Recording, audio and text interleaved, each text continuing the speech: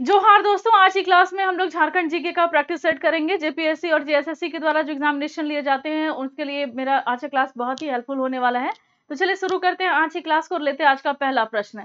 आज का पहला प्रश्न है, जैतगढ़ के किले का निर्माण किसने करवाया था? तो जैतगढ़ के किले का निर्माण करवाया था अर्जुन सिंह ने। अब हम लोग इस जैतगढ़ के किले के बारे में थोड़ा सा डिटेल में जान लें। जैतगढ़ का किला कहाँ पर स्थित है? तो ये जैतगढ़ जो पश्चिमी सिंहभूम में है वहां पर स्थित है। और जो चाईबासा इसका मुख्यालय है उससे 55 किलोमीटर की दूरी पर दक्षिण में वैतरणी नदी के किनारे ये जैतगढ़ का किला स्थित है। और पोराहाट नरेश काला अर्जुन सिंह ने इस किले को बनवाया था। तो ये भी आपसे प्रश्न पूछा जा सकता है कि जैतगढ़ के किले का निर्माण किसने करवाया था, या फिर अगर ऑप्शन में तो ये काला अर्जुन सिंह ने करवाया था। अगर ये भी ऑप्शन में जगह का भी अगर हेरफेर रहे तो आप इसका आपसे पूछा जा सकता है जैतगढ़ का किला निम्न में से किस स्थल पर है। तो ये अगर पश्चिमी सिंहभूम दिया रहे तो वो भी सही है, चाईबासा के पास दिया रहे तो वो भी सही है। और किस नदी के तट पर? तो वैतरणी नदी के तट पर ये जो है किला है वो स्थित है। तो चलिए लेते हैं अगला प्रश्न। अगला प्रश्न है कि मुंडा शासन व्यवस्था में सभा में जो सभा आयोजित की जाती थी उसमें चूना और तंबाकू बांटने का काम कौन करता था? देखिए दोस्तों, बहुत सारे ऐसे कंटेंट होते हैं जिसका डिटेल मिलना थोड़ा मुश्किल होता है। उसी में से कुछ एक है। मैंने ये प्रश्न कहीं देखा था, मुझे काफी अच्छा लगा, और लेकिन हाँ इसका डिटेल मुझे मिल नहीं पाया, तो यहाँ डिटेल की कमी होगी। लेकिन मुंडा शासन ये प्रश्न भी मैं कराना चाहती हूँ क्योंकि कुछ अनोखा लगा मुझे। तो ये मुंडा शासन व्यवस्था में चूना तंबाकू बांटने का काम कौन करता था? तो ये था पान खवास। ये चूना तंबाकू बांटने का काम करते थे। अब हम लोग लेते हैं अगला प्रश्न। देखिए दोस्तों, मिक्स करके मैंने आज प्रश्न मैं लेकर के आई हूँ, और आप सभी को पता है कि इसके पीडीएफ तो अवेलेबल नहीं हो पाएंगे क्योंकि ये कॉपीराइट का इशू हो जाता है और ये मैगजीन का ही भाग है ये। तो चलिए लेते हैं अगला प्रश्न। वो अगला प्रश्न है कि बिरसा मुंडा तकनीकी छात्रवृत्ति, एक छात्रवृत्ति है जिसका नाम है बिरसा मुंडा तकनीकी छात्रवृत्ति, जनजातीय विद्यार्थियों को क्यों दिया जाता है? ये आपसे प्रश्न पूछा जा रहा है। आप सभी को पता है योजनाओं से प्रश्न पूछे जाएंगे, तो इसका आंसर हो जाएगा उपरोक्त दोनों के लिए, यानी कि मेडिकल की पढ़ाई के लिए और इंजीनियरिंग की पढ़ाई के लिए। जनजातीय छात्र विद्यार्थियों को उनके मेडिकल की पढ़ाई के लिए, और या फिर अगर वो इंजीनियरिंग करना चाहते हैं तो उसके लिए ये छात्रवृत्ति जो है बिरसा मुंडा तकनीकी छात्रवृत्ति ये उनको प्रदान की जाती है। थोड़ा सा इस छात्रवृत्ति के बारे में और भी डिटेल में हम लोग जान लें क्योंकि डिटेल भी जानना दोस्तों जरूरी है। देखिए, बिरसा मुंडा तकनीकी छात्रवृत्ति, ये छात्रवृत्ति अनुसूचित जनजाति के, तो ये भी आपसे पूछा जाता है कि अनुसूचित जाति के या अनुसूचित जाति के या फिर सामान्य वर्ग के लिए या गरीबों के लिए, तो उसमें से कौन? तो यहाँ क्लियर किया गया है कि अनुसूचित जाति के छात्र छात्राओं को ही ये दिया जाता है बिरसा मुंडा तकनीकी छात्रवृत्ति। तो ये मान्यता प्राप्त विश्वविद्यालय जो राज्य से बाहर हो या फिर कोई संस्थान से चिकित्सा या इंजीनियरिंग कर रहे हैं, तो छात्र छात्राओं को 12 महीने की अवधि के लिए 12 माह के लिए वित्तीय सहायता दी जाती है। और इस वित्तीय सहायता के माध्यम से संस्थान का शुल्क, परीक्षा का शुल्क और अन्य शुल्क जो हैं वो इसमें शामिल है। इस तरीके की वित्तीय सहायता हमारे जनजातीय विद्यार्थियों को, यानी कि अनुसूचित जनजाति के छात्रों को ये दी जाती है ताकि उनकी पढ़ाई बाधित ना हो और आसानी से वो कर सकें। इस सहायता के माध्यम से छात्रों को संस्थान के प्रधानाध्यापक को भेज दी जाती है, डायरेक्ट ना देकर के जो प्रिंसिपल हैं उन तक ये छात्रवृत्ति पहुंच जाती है और वो पढ़ाई कर सकते हैं। चलिए अगला प्रश्न भी योजना से ही है। ये प्रश्न है कि झारखंड में आदिम आदिवासी समूहों के लिए बनी हुई मुफ्त चावल योजना का क्या नाम है? तो आदिम, देखिए आदिम आदिवासी, झारखंड में आप सभी को पता है कि आदिम जनजातियां निवास करती हैं, कुल 8 आदिम जनजातियां। तो उन आदिम जनजातियों के समूहों के लिए जो एक योजना बनी है, उस योजना का नाम पूछा जा रहा है जिसमें चावल का वितरण किया जाता है। तो यहाँ ऑप्शन में मैं आपको बता दूं, अंत्योदय अन्न योजना, गुलाबी राशन कार्ड योजना, डाकिया योजना, खाद्य स्वावलंबन योजना। तो इसका आंसर हो जाएगा डाकिया योजना। अब हम लोग थोड़ा सा डाकिया योजना क्या है इसके बारे में भी थोड़ा सा डिटेल हम लोग जान ले। देखिए, चावल घर भेजने की योजना है ये। आदिम जनजातियों के लिए सरकार ने पीजीटी डाकिया योजना लागू की है, और इसके तहत हर परिवार को उनके घर पर ही 35 किलो चावल हर महीने पहुंचाया जाना है। कितना चावल दोस्तों? 35 किलो चावल हर महीने उनके घर तक पहुंचा दिया जाएगा इस योजना के थ्रू। अब अगला प्रश्न लेते हैं, PEAIS ये इसका पूर्ण रूप क्या होता है? PEAIS, तो इसका पूर्ण रूप होता है पंचायत सशक्तिकरण और जवाबदेही प्रोत्साहन योजना। अगला प्रश्न है, कुछ फुल नेम से ही है। MEYSA, इसका फुल रूप क्या है? ये झारखंड से ही संबंधित है, तो पंचायत महिला एवं युवा शक्ति अभियान। अगला प्रश्न है, ये भी फुल नेम से है, फुल नेम से भी क्वेश्चन आप लोगों से आएगा। JINFRA, इसका तात्पर्य क्या है? तो इसका तात्पर्य होता है दोस्तों झारखंड, एक मिनट, झारखंड, एक मिनट, इसका मैं देख लूं एक बार आंसर क्या यहाँ दिया मैंने, तो मैं कंफ्यूज हूँ। हाँ, चलिए सही आंसर, सी आंसर इसका सही है। देखिए, एक में आज नेटवर्क का भी प्रॉब्लम है, बहुत ज्यादा बारिश हो रही है यहाँ पटना में। इसका सी आंसर है Jharkhand infrastructure development corporation, GINFRA का फुल नेम है। अब हम लोग अगला प्रश्न लेते हैं। अगला प्रश्न मुझे लगता है कि फुल नेम से ही नहीं, अगला प्रश्न है, देखिए, पूर्वी सिंहभूम के दक्षिण पूर्वी हिस्से में स्थित उस महत्वपूर्ण शहर का नाम बताइए। आप सभी को पहले मैं बता दूं कि पूर्वी सिंह, ओहो, आजकल मैं अनअकैडमी पे जब पढ़ाने लगी हूँ तो भारत का मैप बनाना मुझे, पहले झारखंड का ज्यादा जल्दी देखिए। तो ये इधर वाला जो एरिया है झारखंड का, तो ये पूर्वी सिंहभूम है। इसको मैं इरेज कर देती हूँ, मैंने भारत का मैप बहुत अच्छे से तो बन नहीं पाया। देखिए, दक्षिण पूर्वी हिस्से में स्थित उस महत्वपूर्ण शहर का नाम बताइए आप सभी, जो चावल की मिलों, तेल मिलों, साबुन के कारखानों और बांस के उत्पादन के लिए काफी प्रसिद्ध है। तो ये पूर्वी सिंहभूम में स्थित है, तो इसमें से कौन सा है? तो डुमरिया, चकुलिया, बोराम, मूसाबनी। तो ये चकुलिया जो है, इसका आंसर हो जाएगा चकुलिया। पूर्वी सिंहभूम में है ये स्थित। और चावल की मिलों के लिए, तेल की मिलों के लिए, साबुन के कारखानों के लिए और बांस के उत्पादन के लिए ये जगह जो है काफी प्रसिद्ध है। थोड़ा सा और डिटेल में हम लोग जाने, चाकुलिया शहर जो है वो भारत के झारखंड के, वही चीज दिया हुआ है, पश्चिमी पूर्वी सिंहभूम में ये स्थित है और यह पश्चिम बंगाल, झारखंड की, झारखंड और पश्चिम बंगाल की सीमा पर है।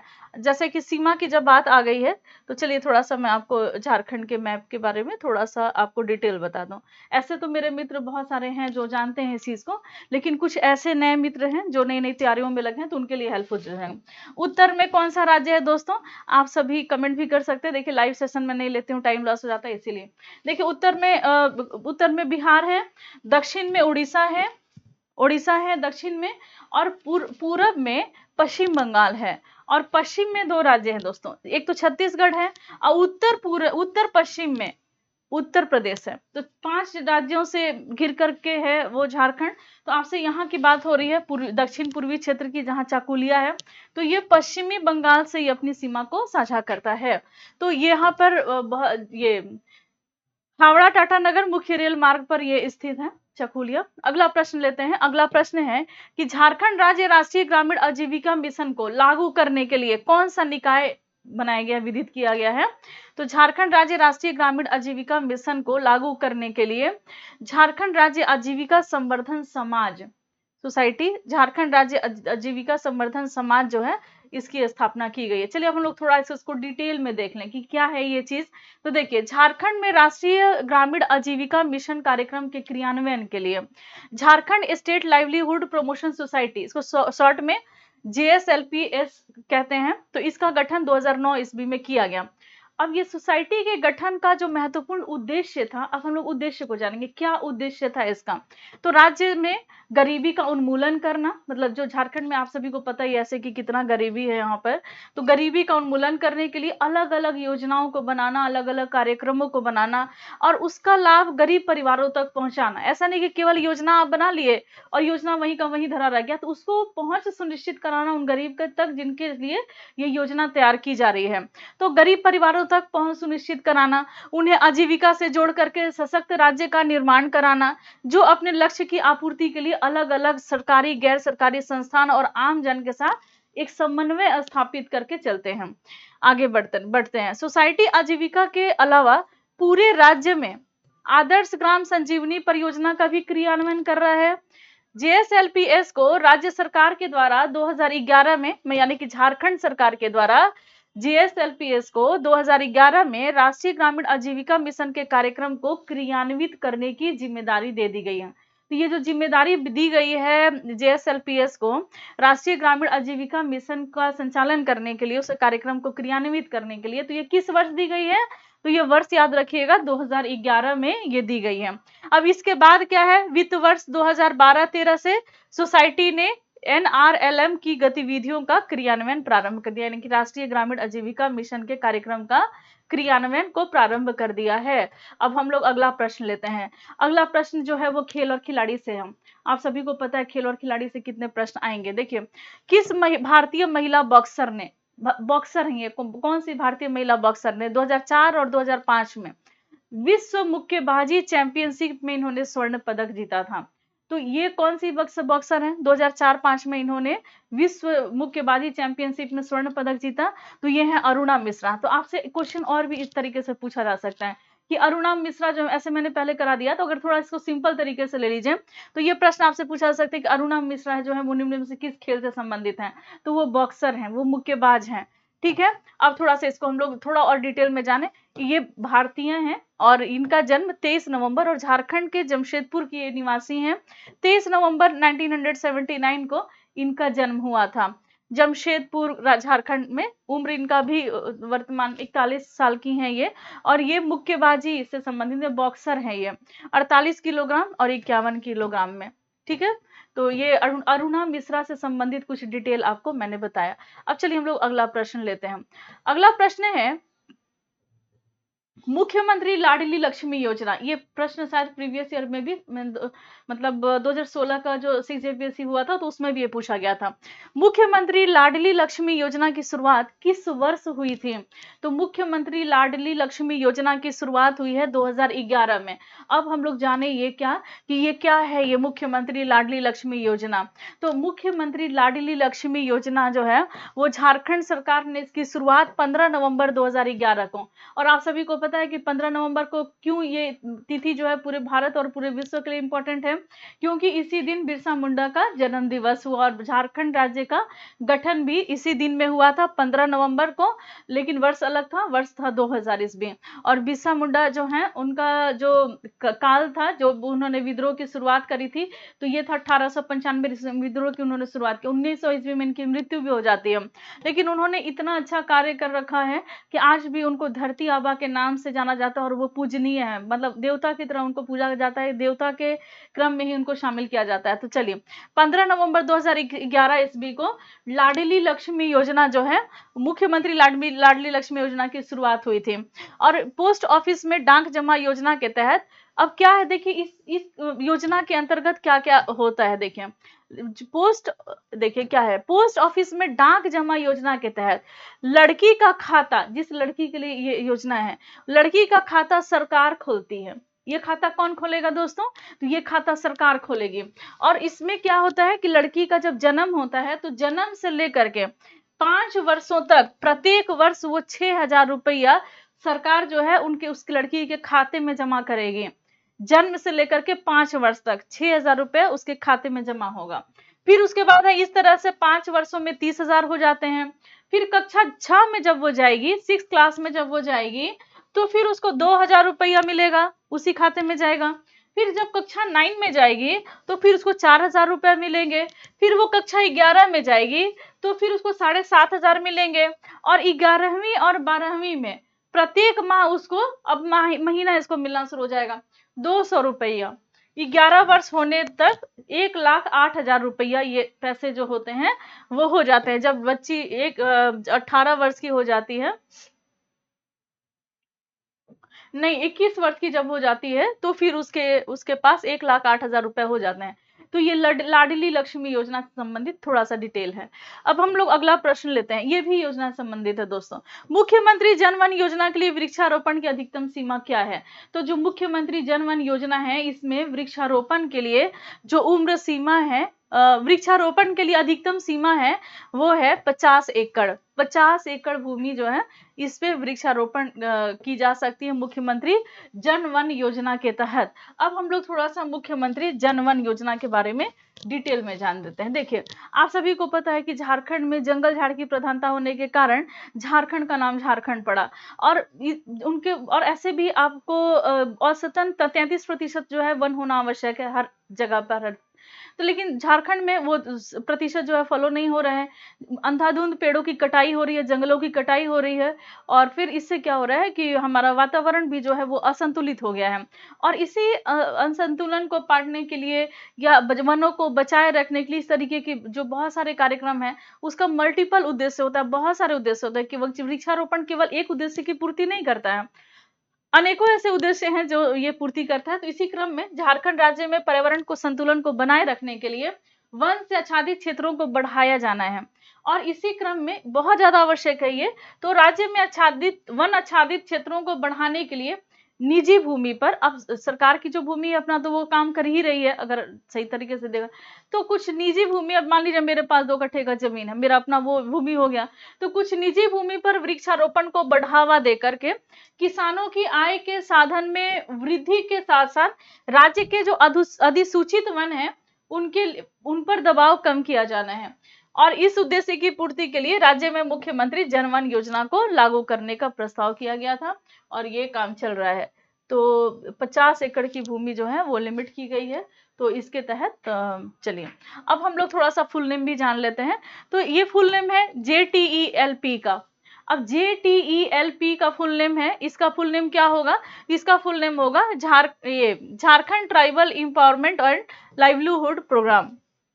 चलिए अब हम लोग अगला प्रश्न लेते हैं। अगला प्रश्न है कि इसमें नृत्य से संबंधित है कि कौन सा नृत्य के प्रकार को नचनी खेलड़ी नृत्य कहा जाता है। तो किस नृत्य के प्रकार को नचनी खेलड़ी नृत्य कहा जाता है? तो ये है कली नृत्य। अब थोड़ा सा कली नृत्य के बारे में जाने। कली जो नृत्य है इसको नचनी खेलड़ी नृत्य भी कहा जाता है, और इसमें नर्तकी जो है बहुत श्रृंगार किए रहती हैं। जो डांस कर रहे होते हैं वो बहुत श्रृंगार किए रहते हैं। बालों की केस सज्जा इसमें निराली होती है। इसमें मुकुट पहना जाता है, मुकुट पहने रहती हैं, और पूरा मेकअप बहुत अच्छा से किया रहता है। बहुत सुंदर से प्रसाधन जो है मेकअप के वो लगाए जाते हैं। बालों में चांदी के आभूषण लगाए जाते हैं, बालों में गजरा, कानों में झुमका, मतलब बहुत तैयार वैयार हो करके अच्छे से अच्छा सा साड़ी पहन करके, पैर में घुंघरू बांध करके, हाथों में आकर्षक रुमाल बांध करके, और मतलब अच्छे से लय ताल के साथ ये नृत्य किया जाता है, नचनी खेलड़ी नृत्य। और ये अखड़ा के मध्य में होता है दोस्तों। अखड़ा में आपको बता दूं कि अखड़ा क्या होता है। तो झारखंड में अलग अलग प्रकार की जनजातियां निवास करती हैं, बहुत सारी जनजातियां जिसमें अखड़ा का प्रचलन है। एक खाली मैदान होता है और उसमें नृत्य संगीत का सामूहिक नृत्य संगीत का आयोजन होता है। कोई फेस्टिवल भी होता है तो सभी वहां इकट्ठे होते हैं, कभी कभी पंचायत भी यहाँ पर बैठाए जाते हैं। तो ये नृत्य भी जो है कली नृत्य, नचनी खेलड़ी नृत्य जो है ये भी अखड़ा के मध्य में किया जाता है, और चारों ओर से झुमराहा, गैनाहा, बजनिया, रसिक सभी इसको घेरे रहते हैं। इसमें सामान्यतः महिला भाग नहीं लेती है नचनी खेलड़ी नृत्य में। अब हम अगला प्रश्न लेते हैं, ये किताबों से संबंधित है, साहित्य संबंधित है। निम्नलिखित में से किस रचनाकार को कुरमाली भाषा का सूर कहा जाता है? कौन से ऐसे रचनाकार हैं जिनको कुरमाली भाषा का सूर कहा जाता है? तो ये है विनंद सिंह गौरियांग, इनको कुरमाली भाषा का सूर कहा जाता है। अगला प्रश्न है, ये भी साहित्य सही है। निम्नलिखित में से कौन सी रचना गोपाल दास मुंजाल की है? तो कौन सी रचना है जो गोपाल दास मुंजाल की है? तो इसका आंसर हो जाएगा मौलश्री। ये गोपाल दास मुंजाल की है मौलश्री। तो इसके बारे में थोड़ा सा हम लोग डिटेल में देखें। गोपाल दास मुंजाल की कहानी संग्रह का जो ये कहानी संग्रह है, जो मौलश्री है ये कहानी संग्रह है। और इनकी एक और किताब है, वो है हिंदी के कहानीकार। ये भी काफी चर्चित हैं। जो हिंदी के कहानीकार के रचनाकार भी कौन है? तो ये गोपाल दास मुंजाल हैं, और इनका एक कहानी संग्रह है और जो काफी प्रचलित है वो है मौलश्री। तो गोपाल दास मुंजाल के बारे में आपने जाना। देखिए अगला प्रश्न भी साहित्य सही है। शरद चंद्र ने मुंडाज एंड देयर कंट्री नामक पुस्तक किस वर्ष लिखा था? तो ये लिखा था 1912 ईस्वी में। शरद चंद्र राय, इन्होंने 1871 से 1942 का इनका इस समय में ये थे, 1871 से 1942 के बीच में। एक भारतीय नृत्य विज्ञानी थे।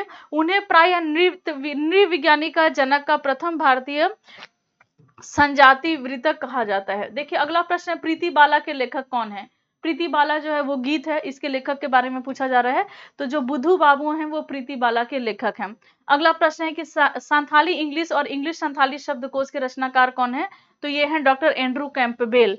ये संथाली इंग्लिश और इंग्लिश संथाली शब्दकोश के रचनाकार हैं। अगला प्रश्न है कि रामायण का मुंडारी अनुवाद किसने कराया था? तो जो रामायण है महाकाव्य, तो रामायण का मुंडारी ये अनुवाद करवाया था मझिया मुंडा ने। ठीक है।